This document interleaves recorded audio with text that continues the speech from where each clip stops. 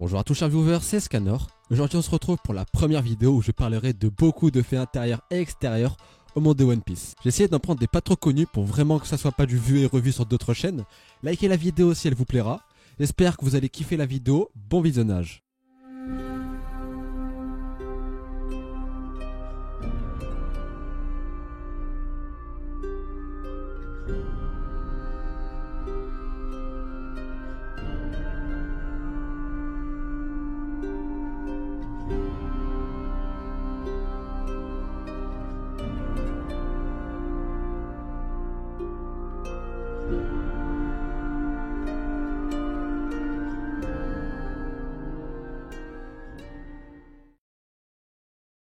Shanks est actuellement l'homme le plus proche d'être le roi des pirates, car il est actuellement le pirate le plus libre du monde. Tous les amiraux ont un caractère contraire à leur logia. Kizaru est de nature lente et peut paraître à l'ouest, alors qu'il est le fruit de la lumière. Akainu a tendance à être sans pitié et être froid, contrairement à son fruit du magma.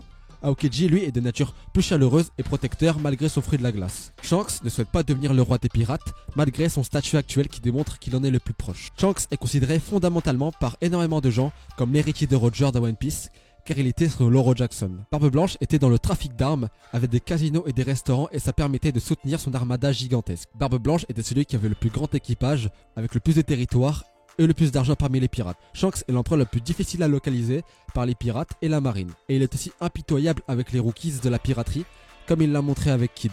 Tous les Yankos sont égaux entre eux, il n'y en a pas un plus puissant que l'autre, sinon ça bouleverserait l'équilibre qui règne entre eux. Barbe Blanche est le seul homme à avoir rivalisé avec Roger sans compter Rox D. Shebeck. Au début, il n'y avait que 3 hommes qui régnaient sur la piraterie qui étaient Roger, Shiki et Barbe Blanche. Shanks est considéré comme une bonne personne par le monde malgré qu'il soit pirate. Les médicaments de Barbe Blanche, qu'on voit pour la première fois dans l'arc post-Enies Lobby, sont produits dans les usines de Doflamingo. La marine à elle seule ne peut pas contenir les Yonko, et c'est pour ça qu'ils ont créé les 7 grands corsaires.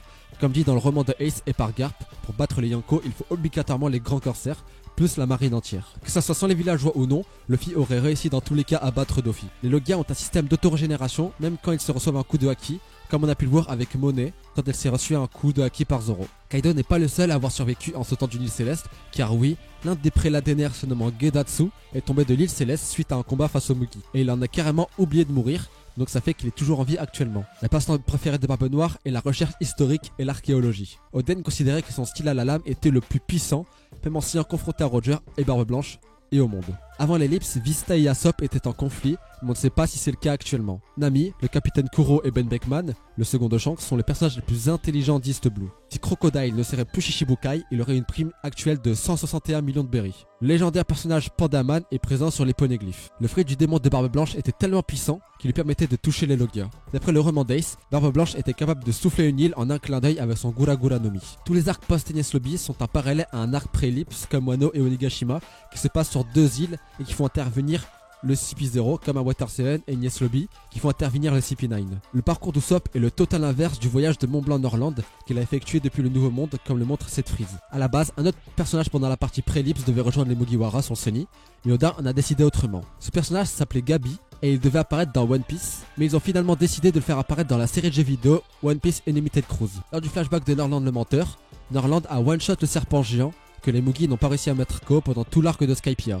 Zoro est né en novembre, ce même mois qui en japonais est surnommé Shimotsuki, la saison des neiges. Dans le Green Data Book, il est dit qu'avant que le Yami Yami no Mi, qui est le fruit des ténèbres, ait ses capacités actuelles, il les rendait si puissants Teach qu'à Marineford, il aurait pu affronter et vaincre les 3 amiraux en même temps s'il n'aurait pas été affaibli par ses capacités. D'après la vivre carte d'Ino Arashi, la transformation en Sulong a tellement augmenté son acquis qu'il était capable de blesser Kaido. D'après le Green Data Book, l'équipage de Barbe Blanche et ses alliés étaient plus de 50 000 à Marineford si on prend en compte l'entièreté de ses flottes. Dans le One Piece Magazine 8, il est dit qu'Ace a rencontré la famille de Barbe Noire qui est composée d'une mère et de 2 sœurs. A la base, Brook devait faire partie intégrante de l'équipage de Baggy comme Zoro au début et avait ce Kara design. Heureusement aujourd'hui, ça a bien changé. A la base, Robin n'aurait jamais dû faire partie de l'équipage et une sorte de botaniste devrait la remplacer. Toutes les dates de naissance des Mugiwara ont un rapport avec leur nom ou leur fruit du démon.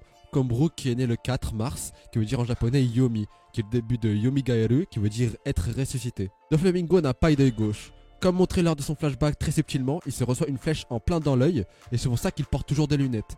C'est pour ça aussi que sur son ancien drapeau, affiché lors de la vente d'esclaves ou sur un médicament de barbe blanche, l'œil gauche est barré. Si Portgasdi Rouge aurait eu une fille, elle l'aurait appelée Anne. Et qui d'autre porte ce nom dans One Piece? Personne, puisque c'est dans la version Romance Down qu'une fille aux cheveux bleus appelée Anne servira de modèle au personnage de Nami, accompagnant le héros. Pour la naissance de sa fille, Oda a fait un petit dessin où Luffy porte lui-même sa fille et on voit qu'elle a la même tête que Nami.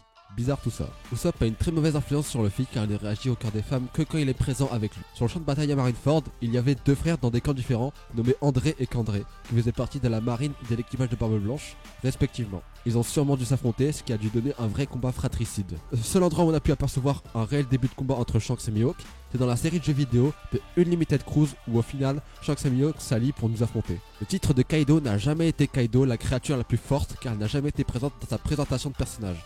Le seul titre présent pour Kaido lors de sa présentation de personnage est Kaido, le roi des bêtes. Dans le film Z de One Piece, Zephyr s'est fait décimer son équipage et couper son bras droit par un pirate possédant un fruit du démon, qui est plus tard devenu grand corsaire. Mais on ne sait toujours pas qui il est. On imagine que ça ne peut être qu'entre Moria, Doflamingo ou Crocodile, mais au vu de l'époque où ça s'est passé, il y a de grandes chances que ça se passe entre Doflamingo et Moria. Dans le tome spécialement écrit par Oda sur le film Stampede où il est écrit l'histoire de Belette, Belette dit lui-même que pour devenir le plus puissant au monde, il faut battre le roi des pirates. Même si Belette en lui-même n'est peut-être pas canon, l'univers et ses propos le sont. Dans le film 3D 2Y, il est dit que l'ordre des 7 grands corsaires a moins de 30 ans. La prime la plus basse des 7 grands corsaires est actuellement détenue par Baggy, qui a une prime de 15 millions de berries. Dans One Piece, il n'est pas obligatoire de posséder un sabre pour être un sabreur. Kaku possède le style à 4 lames qui se sert de 2 sabres et de ses 2 jambes.